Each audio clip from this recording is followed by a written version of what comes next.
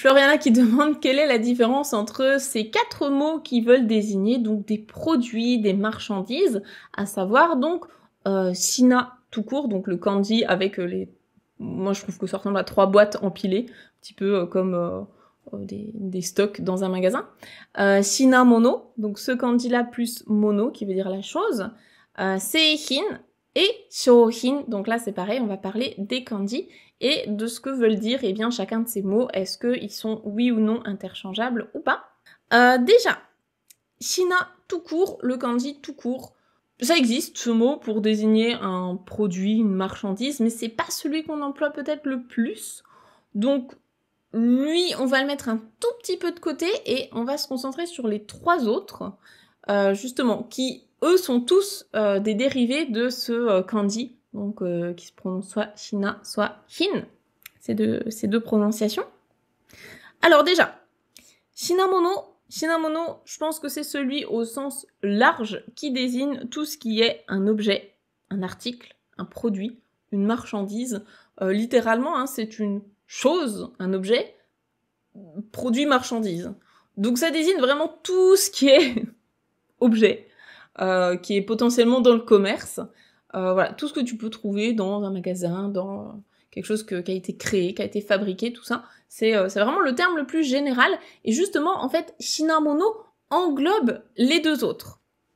Donc ce qu'on va voir, c'est que ce qui nous intéresse, c'est peut-être plutôt la différence entre Seihin et Shouhin. Et là, encore une fois, les kanji vont grandement nous aider. Ils sont toujours là pour nous soutenir. C'est vraiment des alliés et non pas des ennemis, hein, les kanji. Ils sont là pour nous aider. Donc, Seihin, le sei de Seihin, il représente tout ce qui a été fabriqué.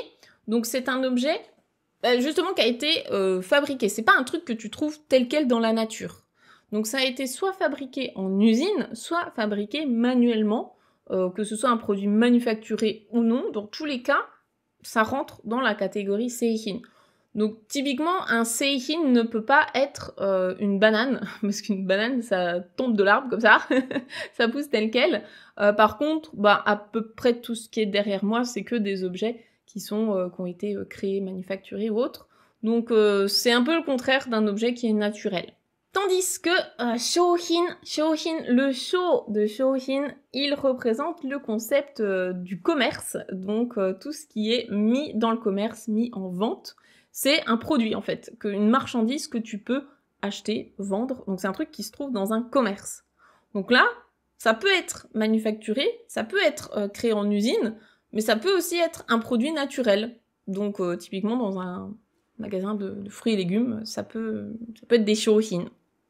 Donc c'est la différence entre les deux, et donc je récapitule, hein, seihin plus shouhin, les deux ensemble égale shinamono, puisque c'est le terme vraiment général.